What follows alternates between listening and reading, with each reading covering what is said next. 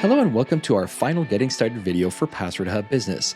I'm glad that you stayed with us so far, and I hope that you're making good progress in setting up your very own Password Hub. In this final video, I'd like to share with you some administrative options, resources, and reports that I think will be a benefit to you and your organization. So let's head on over to our Windjammer Corp Password Hub. So in the first section we're going to take a look at today is the Administration tab. Here you're going to see we have some management options, configuration and security options, as well as a place to download your emergency kit. In the past videos, you've already looked at the vaults, users, and user group tabs, so I'm not going to go over those today. In addition to those, you also have the application users.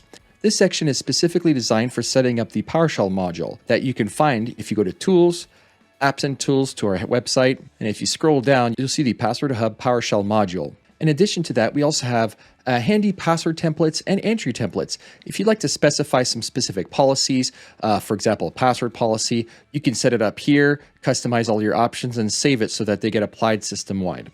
We also added this Licenses tab. This is where you can keep track of your licenses for Password Hub, as well as other Devolutions products. If I head on over to Configuration and Security, I'm going to take a look at a few of these tabs. So the first one is the System Settings tab. Here we have some various security settings that you can set. For example, you can force a prompt login.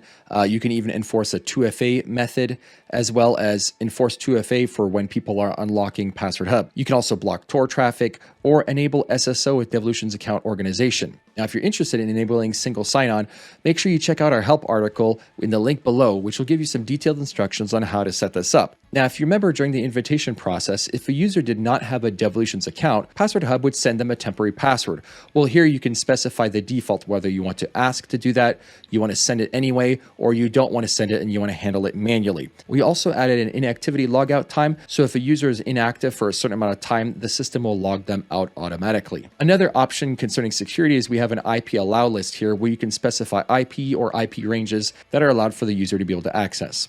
In the System Permissions section, I can assign system-wide permissions for specific administrative actions to users and user groups. For example, creating vaults, managing entry templates, managing product license, and so forth. If I scroll down, I can all do this for every single vault in the system. For example, I have Bob and Maurice that are the administrators of the system, so they have access to everything. But if I go into the properties in the vaults and I scroll down a bit, you can see that Phil Taylor has access to manage every single vault in the system as well. He's not a full administrator, but he does have rights to manage the vaults. Just don't forget that this applies to every single vault in the system. So if you want to give a user the right to manage a vault, you'll have to do that on the vault itself.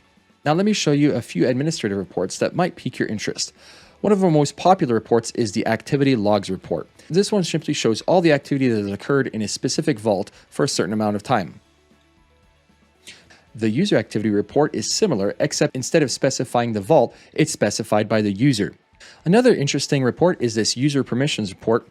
This one's allowed you to specify a user and show exactly what they have access to. Now, it doesn't show you what entries they have access to, but it shows you the permissions that they have in each one of the vaults. If I go to the vault permissions report, it's simply the inverse of the other report, where you can select a vault and see who has access to it and what they can do there. Another really useful report is the Password Analyzer. This tool shows all of the passwords that are being used in a certain vault. So for example, if I go down to the Windjammer IT vault, I can see that there's 4 total passwords. One of them is very weak, 2 of them are good passwords, and 1 of them is very strong. And there's also 2 of them that are being reused.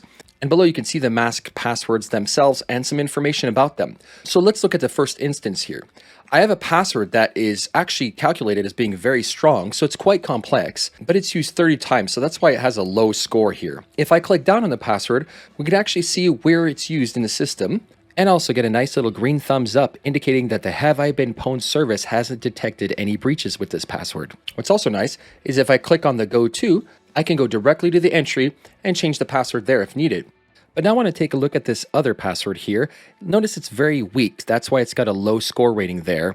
And also it's used 6 times, so it's quite high occurrence for this password. So let's go ahead and click and see some more details. You'll see all the areas where this password is used and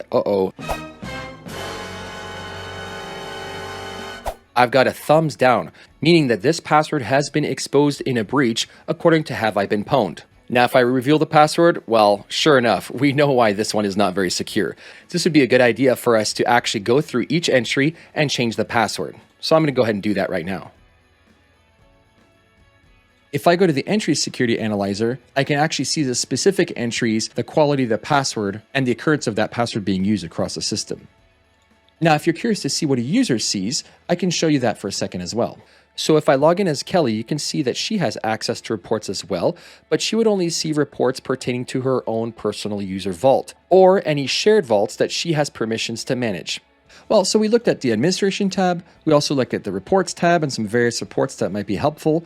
And finally, we've looked at this before, but just to remind you, the tools tab gives you quick access to our website where you can download apps and tools. We even have an export feature where you can use a PowerShell script to export your data in PowerShell 7, as well as a link to our support center, which gives you quick and easy access to our blog, our forum, our knowledge base, as well as online help. So I hope these videos have given you everything you need to be well on your way to set up your very own password hub for your organization. We'd love to help you out in any way we can. So make sure you visit our forum where you can be active with our community to ask your questions. And if you need any help, visit our support center and one of our team members would be more than happy to guide you in the process of configuring your password hub. Thanks again, and we hope you have a wonderful rest of your day.